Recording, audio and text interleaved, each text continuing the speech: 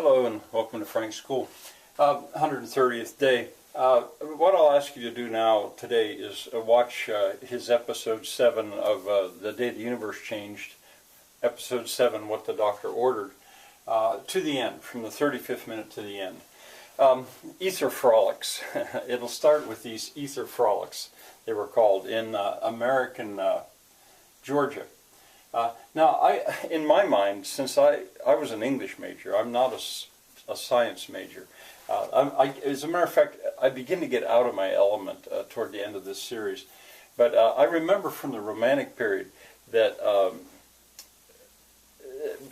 people began to experiment with drugs. I used to mention that to my students, a little bit like the 1960s.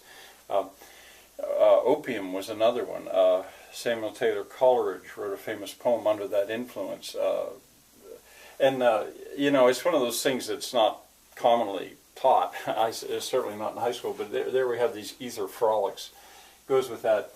Well, anesthesia was a result of that. He'll talk about antiseptic, discovered Joseph Lister. We have Listerine is a brand name. Agar cultures to identify organisms, diseases. Let us spray. Let us pray. Let us pray. I'd heard that before, but that's kind of interesting linguistics. If you don't put a pause there, let us pray. Let us pray.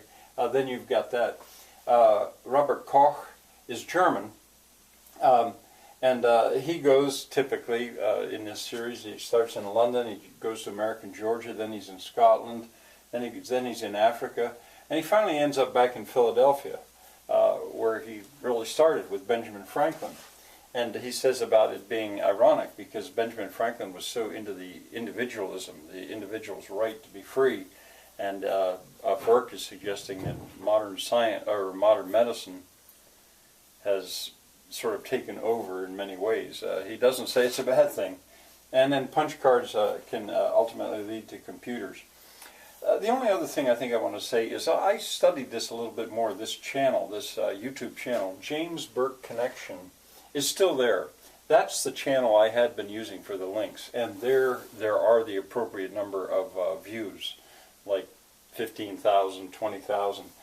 I'm not sure what's going on with the politics of YouTube channels, but in any case, I'm very glad that this is available one way or another to the public. Okay, well, as continuing, I'm going to, in a second video today, I'm going to read from the Decentralist Manifesto. Enjoy this to the end. Bye for now.